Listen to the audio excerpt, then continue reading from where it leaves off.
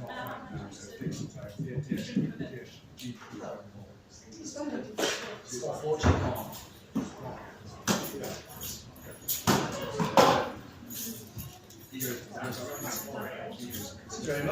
ladies and gentlemen, it's time for some comedy now. Ladies and gentlemen, people welcome please your next act this evening, Glenn.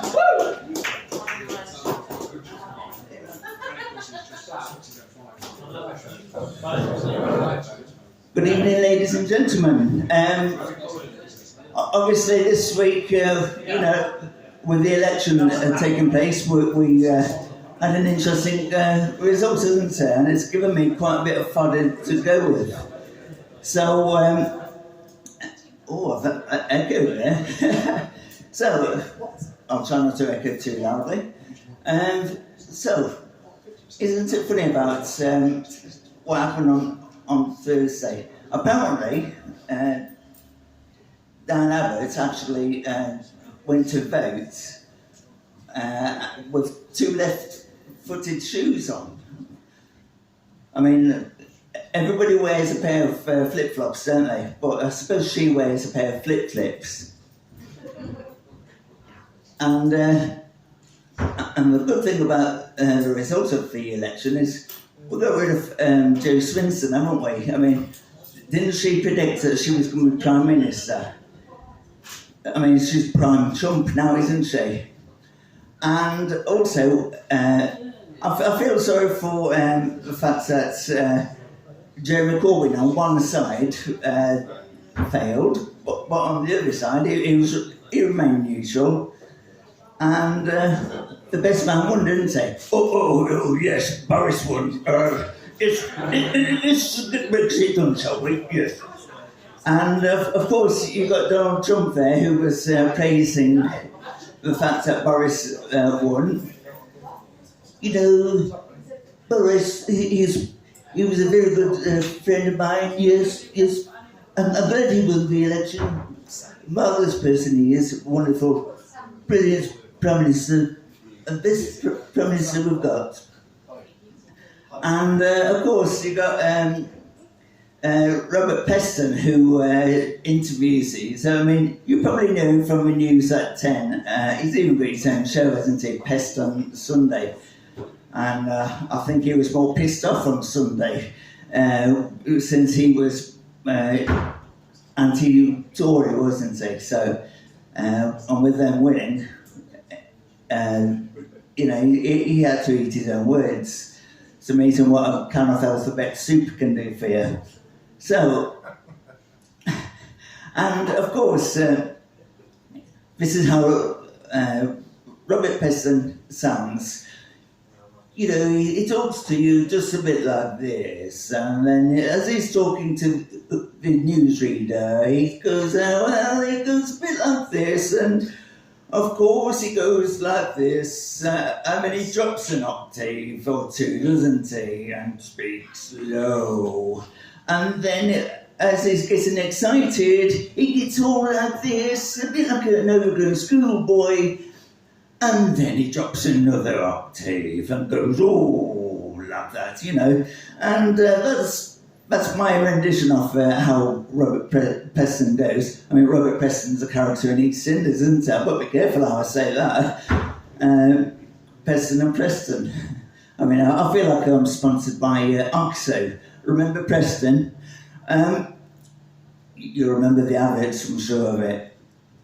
With the late Linda Bellingham on the Oxo advert, where they're all in a caravan. I mean, this is remember Preston? Well, anyway, there's lots of fun being done today.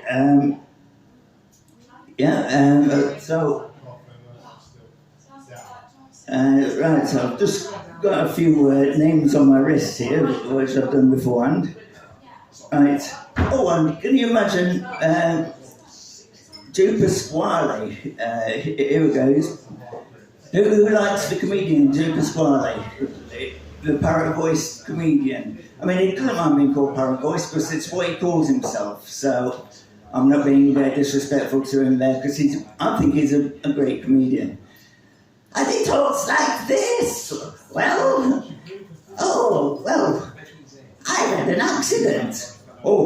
Oh, underdog. Of course, that was like the advert for the underdog advert. And I'll just have a sip of my beer.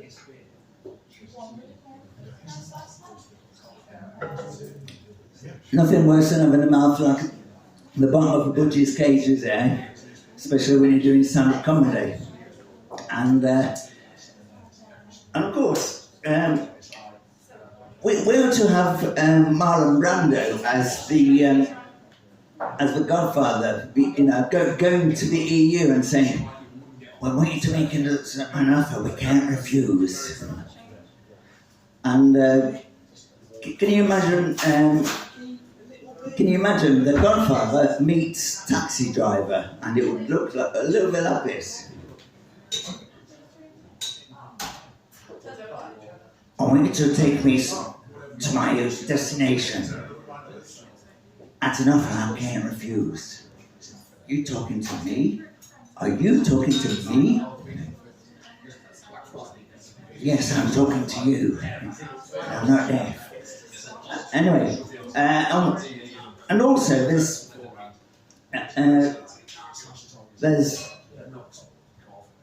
right. I've got who else have I got on here? Right, Michael Caine. There you go. I've got Michael Caine today. So he'll be glad that we've voted to leave the EU, because he didn't. He actually openly said that he didn't know that Luxembourg was a country. He thought it was just a radio station, Radio Luxembourg. So I can imagine what he's saying now. Get out of a bloody EU. That's what we voted for. So that's what, because he's one of the few celebrities who actually is pro-Brexit. So I don't blame him for that.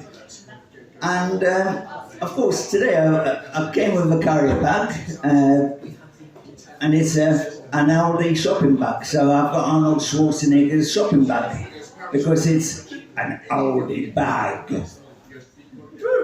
Yeah, I thought you'd like that. Yeah, so of course, there's plenty of things happening in the news. Politically, we've got a new parliament sworn in, didn't we? So that's interesting to see now, because a lot of the Remainers are out of the EU now. And in the words of Boris, we can get Brexit done. So that's one thing about it. There's not been anything else in the news, I don't think, that's made me find something funny about, apart from political stuff. But there you go, I don't want to bore you with the political humour all the time. So, just some of the time. And the reason why I wasn't here last week performing is because I actually was, true story, I was actually in the hospital last week, having a hernia operation. So I am actually still patched up. Made a change, somebody having me in stitches, didn't it? Like I have you in stitches. So,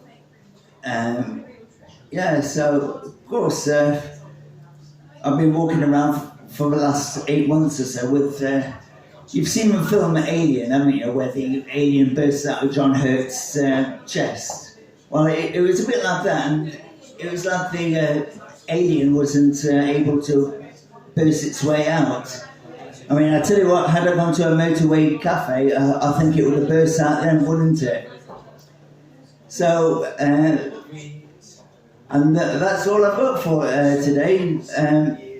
Until the new year, because I won't be back for next week, but in the new year, I'll be back.